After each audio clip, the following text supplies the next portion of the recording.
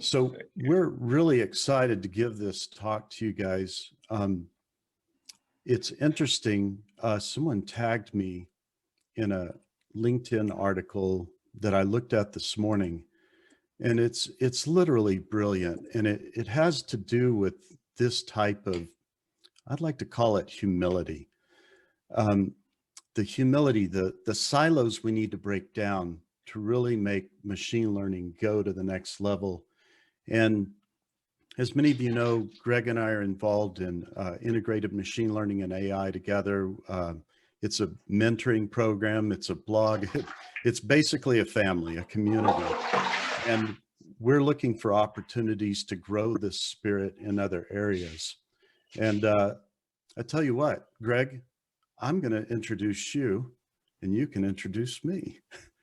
I'm really proud to be friends with Greg.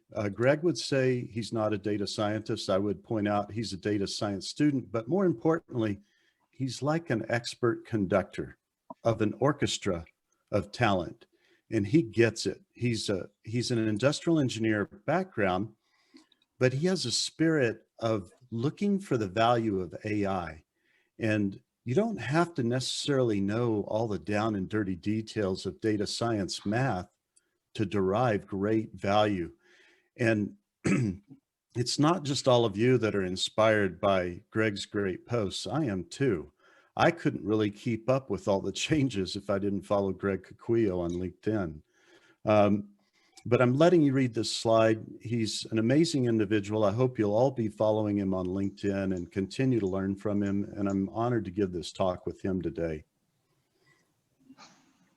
Yes, thank you so much for this honor, Thom. And I don't think my words can do justice for the kind of human being that you are, and simply because of what Thom knows, especially. So beyond the geek that Thom is, how passionate he is about science and technology, it's more about transferring his giant learnings into the greater community and helping people take that and magnify it and do much more than what he did during his track record, 30 plus years of doing geek stuff. So again, this slide here doesn't even do it justice. And this is the person that I'm very honored to talk with today, who's the lead data scientist for UL Prospector. So welcome, Thom. And I hope I did justice for you. You did. I wouldn't have said those things about me. I just like to say I'm a passionate geek. That really summarizes it, but I appreciate it. So let me just dive in and say what we're about here. You sometimes hear this talk about the low percentage of models that make it into ML production. And what Greg and I really want to say, let's take our focus off that and think about how can businesses get more return on data? That's what we're really after. Not how many machine learning models got into production. How can we get a return on data? And we think that you can get a bigger return on data, and very likely as a consequence, more machine learning models in production if you're trying to ensure an ever improving collaboration of business people and data science people, or really just data specialists. Greg, what would you add here on this slide? I think that's pretty much it. And honing in on the best practices of this collaboration is what will create some sort of standard process for this, you organizing your data for the best return to the business. So that's what we want to focus on. And by doing so, you will in fact increase your chances of putting ML models to production that are actually generating great value. So your chance of success increases through these best practices. Excellent. Go on ahead and start on this one, Greg. So the quick agenda that we'll go over with you, we'll talk about what's driving all of this. So we think it's all business or originated and data driven. Then we'll go through a triage of business issues because we can find a lot of use cases. Then we'll go through a co-exploration of business needs and current data assets. We'll walk you through a collaborative data strategy. And we'll talk about the spectrum of model usage in delivery. We'll definitely go through an example of business and data science collaboration. Would it be a presentation without one? And finally, we'll bring it all together for you guys. Excellent. And I would have just echoed that. So the first thing we'll go over is business originated and data driven. What do we mean by that? Well, you can't know for sure how to identify a problem without data to back it up.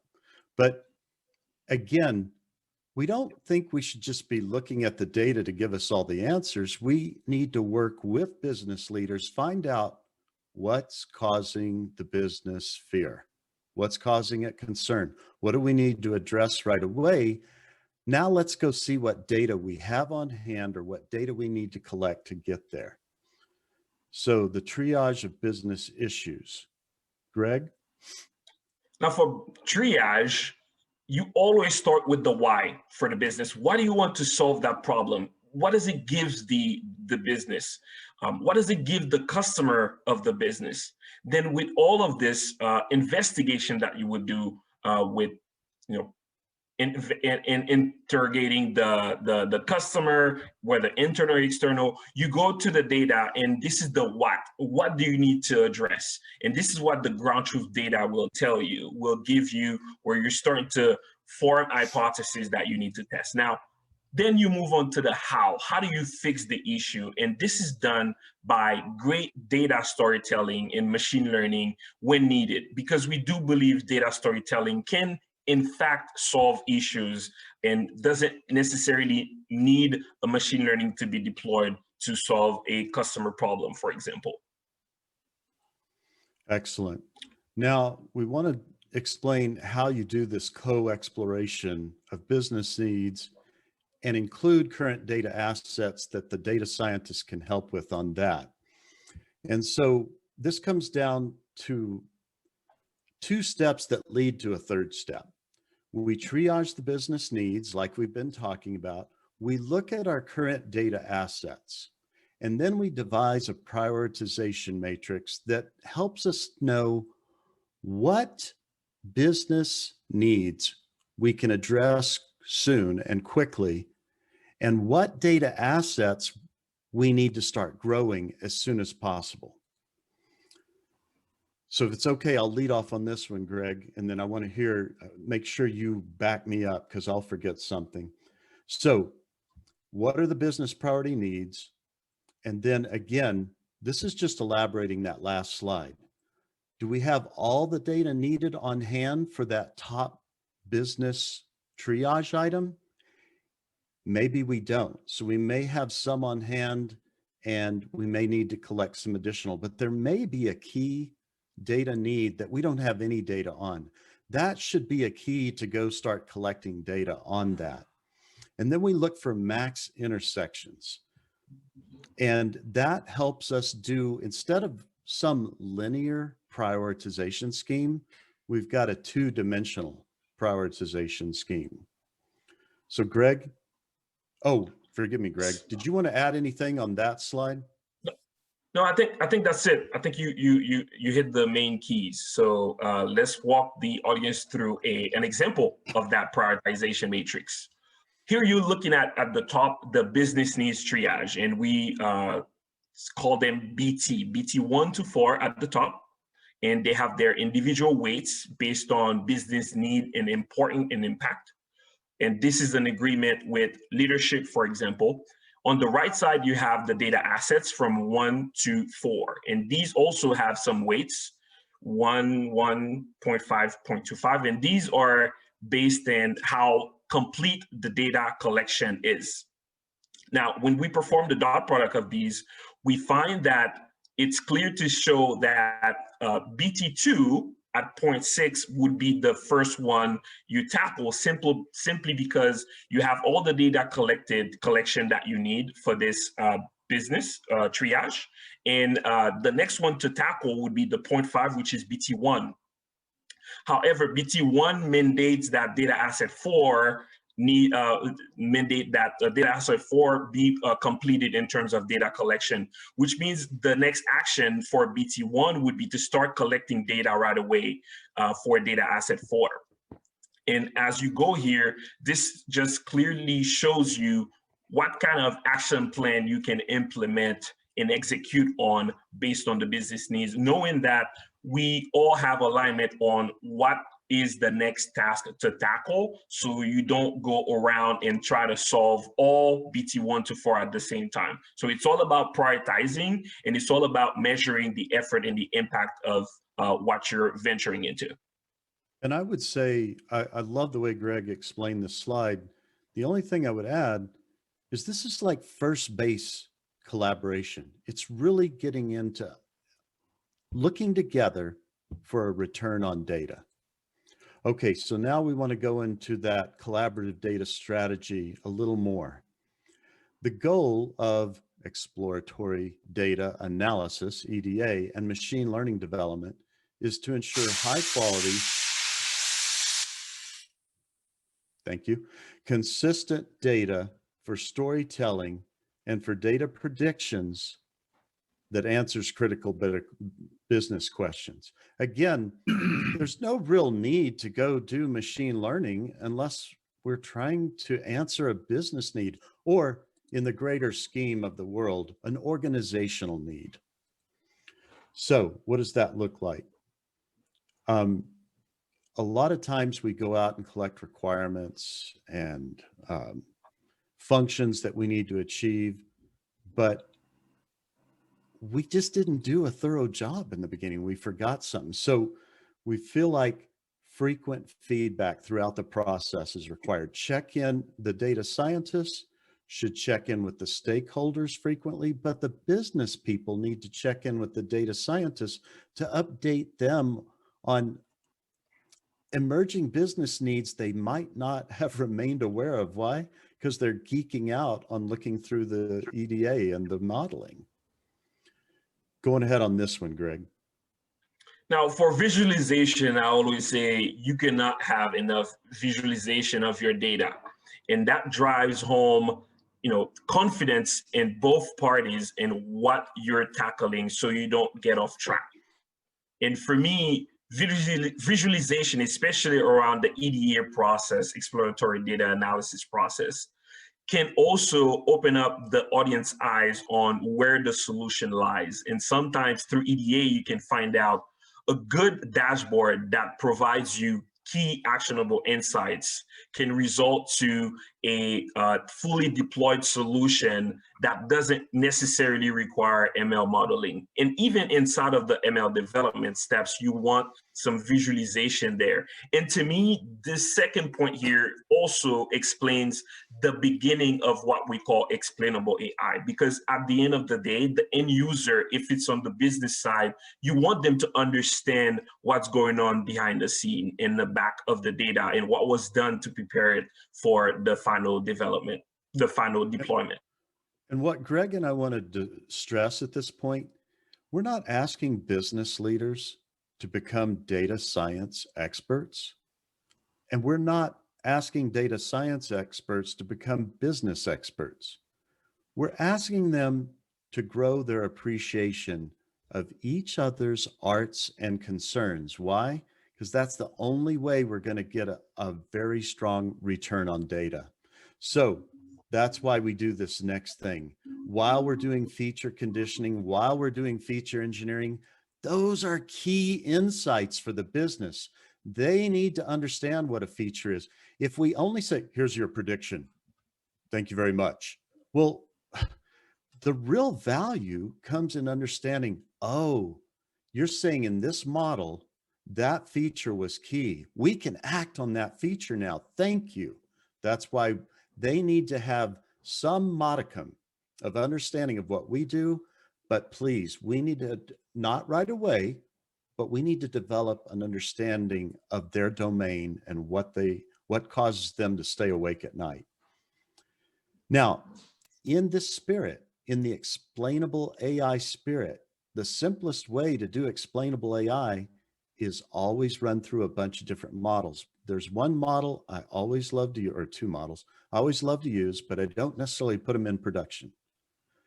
Linear regression or logistic regression. Why?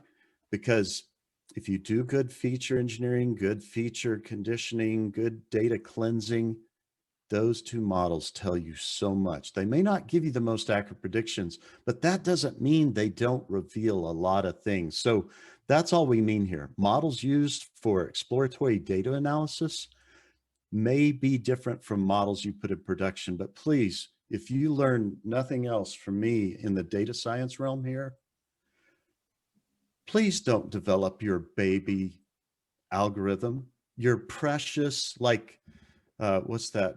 Gullum. Don't be a Gullum with your precious. Oh, I love random forest. I don't care that you, I'm sorry, I'm being hyper dramatic. I don't care that you love random forests. I want to see results from linear regression. I want to see results from support vector machines. I want to see results from a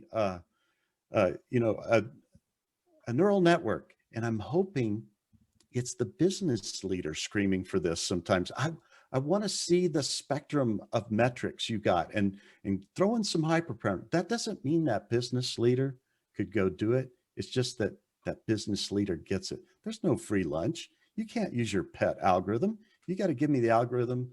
I need algorithms that help me understand what's going on better, but I also need algorithms that give me more accurate predictions. And sorry, that's my little soapbox area. So basically, help the business team understand the relevant importance of features, help the business team translate feature weights to business actions. Oh, Greg, forgive me. Anything to add there? You pretty much hit it. I preached. Sorry. I became data evangelistic. There we go. Okay. The spectrum of model usage and delivery. All right. What do we mean by this? Going ahead, Greg. Oh, just a couple of them that we've seen or I've seen across the board. So you have a model where a data scientist would run and automate some data storytelling dashboards. Now, I can tell you, for somebody on the inside, I love dashboards, especially when they're clear, they don't leave room for interpretation, and it's understandable for going to the next steps. When I look at a dashboard, I know exactly what to do next. This to me is a great dashboard. So this is one of the key use case that I've seen. And I want to emphasize something. Greg and I are like brother level friends. And even before he started studying data science and practicing modeling with Python, I regarded him as a data specialist. When we say data scientist, I'm not trying to rule out people like Scott Taylor or Kate Strackney or Susan Walsh or any of these people that are, John David Arianson, these experts that are great analysts. They may not know the level of math that data scientists know, but what we're really trying to emphasize is data evangelists, people that want to get a return on data, not just data scientists. So the other one, Greg, going ahead. Oh, this one is just data scientists running and automating reporting of model results as necessary. So I can think of some sort of structure where the end user might need a prediction to be done and taking action based on that model. Now, the third one is a stakeholder. The end user is running the model himself, where they bring their own data, ingest it into the model, and they get inferences as needed. So some sort of self-serve where they've gained training from the data scientist and they understand what the outputs are, and also raise the flag when something is not quite right, or they have a system where if a threshold doesn't get reached, maybe, for example, a confidence level threshold for a prediction, then the stakeholder knows how to make the correction and send that feedback to the model to be trained. And you also have on-device deployment, which is the one, that's quite easy to understand. It speaks for itself. This is another one that we've seen out there, especially with companies like Google. And you also have MLOps as a subset of DevOps.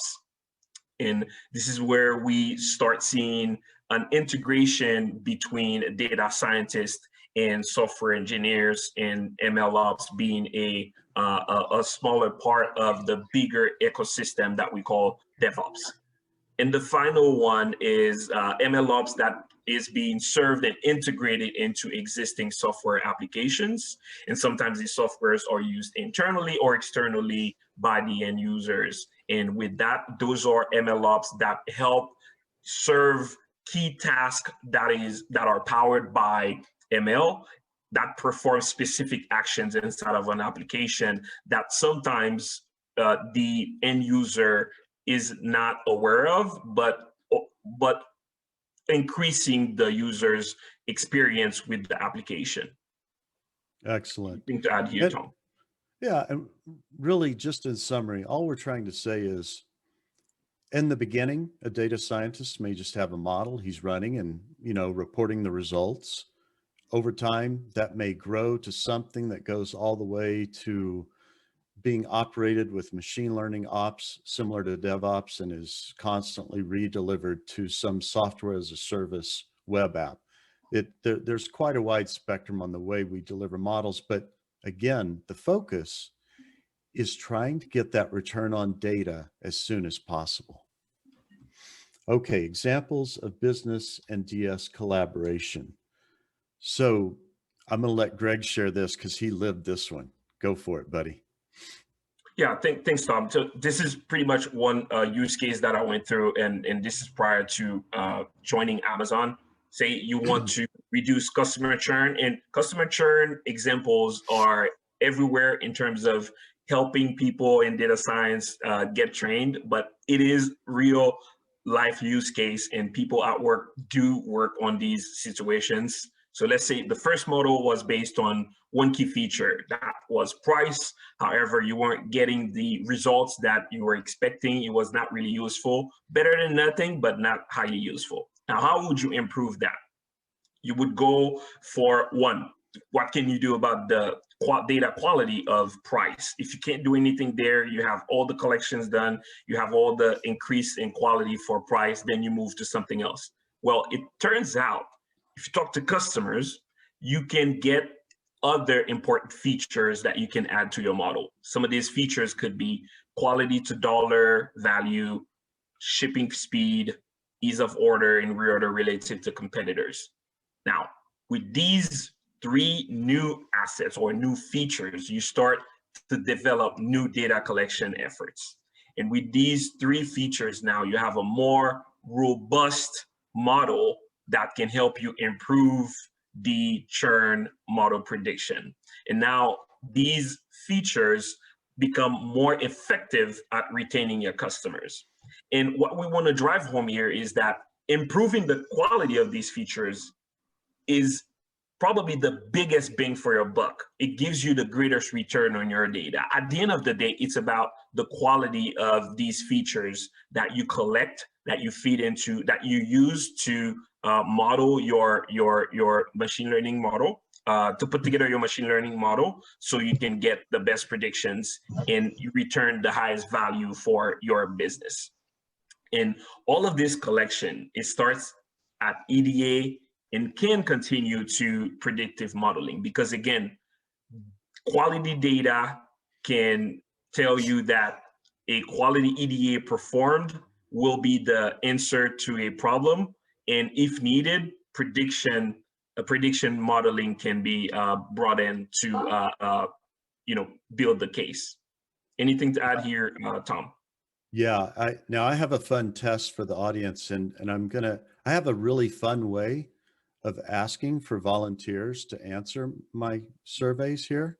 So Jerry Kopich, I volunteer you to answer this question. When did the importance of feature analysis begin in this scenario?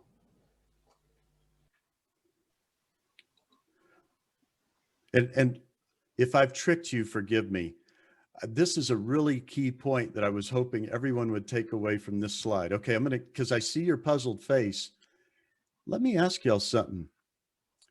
After you've talked to like 3 customers and you're getting a common theme, do you need any modeling to go get benefit from that right away for the business? Just the fact that you thought there's some other features at play here. What are they? As soon as those data people went out to do a careful, by the way, just crafting surveys is a discipline.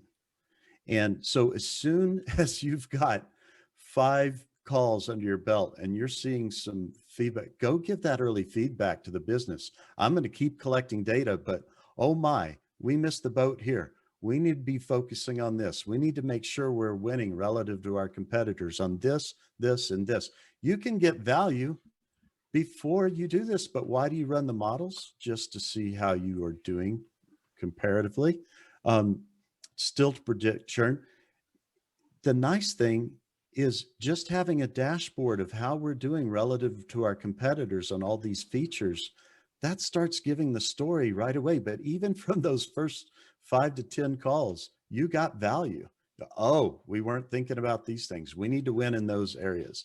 This is what we mean by communicating the importance of the features to the business. All right, how do we bring it all together? Greg. So when we ask ourselves why do we do this again, as we said in the beginning, it's not about increasing the number of models that go into production. We can be proud of that, but we can be proud of it when, in fact, they do bring value, measurable value to the business. When you can do that, that's when you can be more about the number of modeling. Of models to production. It's about giving the business more value through good data storytelling and good database predictions. And all of this starts with great practices, best practices around collaboration between business and data science. And to me, it's a mutual effort that has to happen where 2 groups come together and gather the assets that they have at play and understand the pain point, align on what the solution will be, and align on the implementation strategy so they can have measurable impact to the business. And I would just like to add, I work for food. Business leader wants to take me out and talk data and business together. Just take me to lunch. I'll do it for free. Hey, questions. Richard, I see some questions, but I'd rather let you moderate them, and Greg and I would be honored to field them. And by the way, Dr. Gordon, we're looking forward to hearing from you this morning. I think I'll just summarize the talk and take the Q&A as well. Thom and Greg, great talk, I think, and has given really good insight to where people need to take a step back and look at what is important rather than just starting to deploy machine learning models right into production. But what is important to understand what is the business needs, what is the triage that needs to be done beforehand, relating it to the data sets. I think the matrix that you showed is really important because people generally go on and deploy the machine learning model straight away. And important is when the business requirement capture takes place, what are the features that are going to be needed? The feature engineering plays a definitely important role. And as I do understand that design thinking, the research and insight which you will bring in from the fundamental questions being, asked to the customers is going to be fed back to the business. And that is going to then drive the whole end-to-end development cycle, I think. And having a collaborative approach between business and, the data scientists or the data SMEs, for example, is the important key, because always we see there is a gap between what the business wants and what is delivered.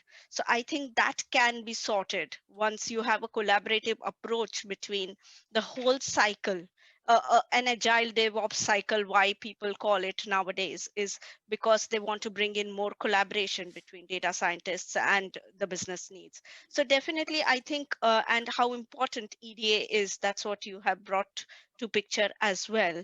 I'm sure people will realize that going forward, design thinking is going to be really important when they implement machine learning. I think I'm really thankful, and I will go on to the questions now, if you're Real okay. quick, Yep. Giselle, let me have a talk with Greg in front of you.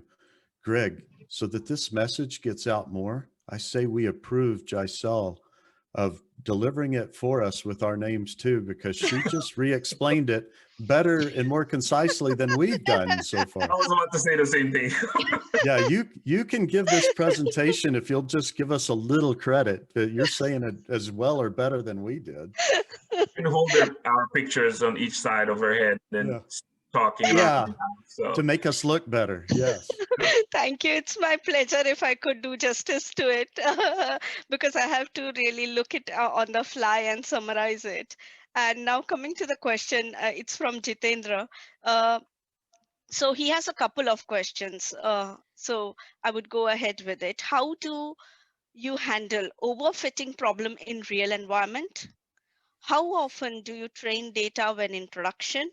And how to be a master in all domains, because to give solution, we must be expert in that field. Greg, you want me to do it, or you want to try some of those? I'm going a little bit, I'll try a little bit like high level. And part of the question that I've heard here is, how often do you need to train? And I think it's going to be depending on the business use case. And to me, it's about keeping that communication line between the business, because they might give you an information about certain change in the process. And also, if you have established metrics that you're monitoring in terms of how your model is performing. Sorry, I'm hearing another voice. Okay, there you go. Yes, so when you have a monitoring platform for your model, you can start seeing how they drift and create some sort of workflow or mechanism to trigger a observation and retraining to make sure that your model stays up to par. Let me just add, let's remind each other of some really important basics. We're almost always working with sampled data. Whether you want it or not, sampling has bias. It can be completely unintentional too. So as more data is collected, you have an opportunity to reduce the bias of the model. As you measure the current model in production against other models that you're analyzing outside of production, you might find, hey, there's another model with different high parameters that will do better now. Let's put it in there. Now, how do we avoid overfitting? This just gets into good generalization and simplifying models. If any of you want, Guy will share a talk that I've given with Tina, Mary, and Lewis Owen on machine learning pipelines. But in fact, Guy and I are working on a great work to describe these sorts of things in detail, which we hope you'll look out for in the near future. But in summary, there are well-established techniques that we follow when we're developing these models to make sure we're not overfitting. But it comes down to reducing the features to the ones that matter the most and engineering new features that you need and making sure you don't overtrain, basically. There was one other question in that suite. I'm forgetting it. I saw you're on mute.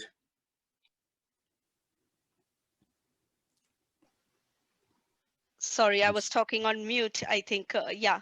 So I think there was how to be master in all domains, because we need to give solution. We must be expert on that field, was one more question at the end. So I would encourage people to not be a master in all domains. I would encourage people to exercise continual improvement in their collaboration skills. And this means soft skills, but listening, which will include listening skills and all sorts of other things. It's very important that we just learn to collaborate across domains better.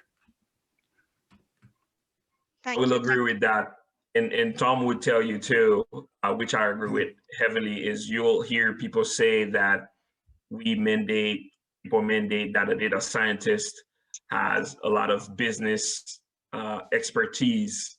And I think from the work I've done with data scientists, I find that the ones who are great detectives, the ones who ask the right questions and bring the answers out of the person being interviewed to detect and identify the pain points, identify them clearly, and align with these interviewees are the ones that are, ahead of the group.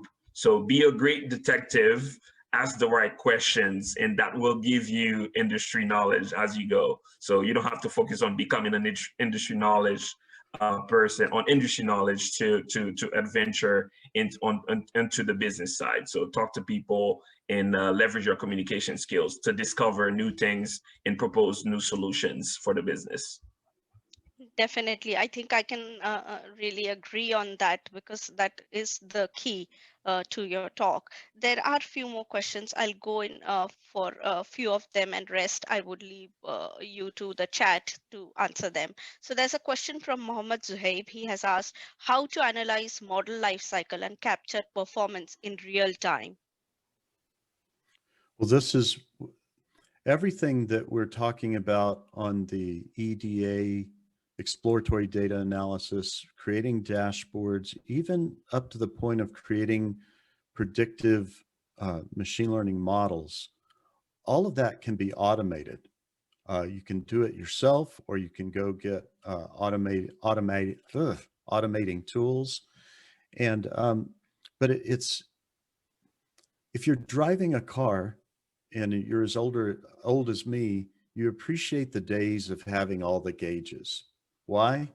Because just monitoring what your car was doing helped you drive safe, helped you keep your engine safe. And it's the same way with machine learning, with exploratory data analysis, with dashboards. They're basically our meters. We want is, you look at a modern day airliner, you go in the cockpit, it's mesmerizing how many gauges there are.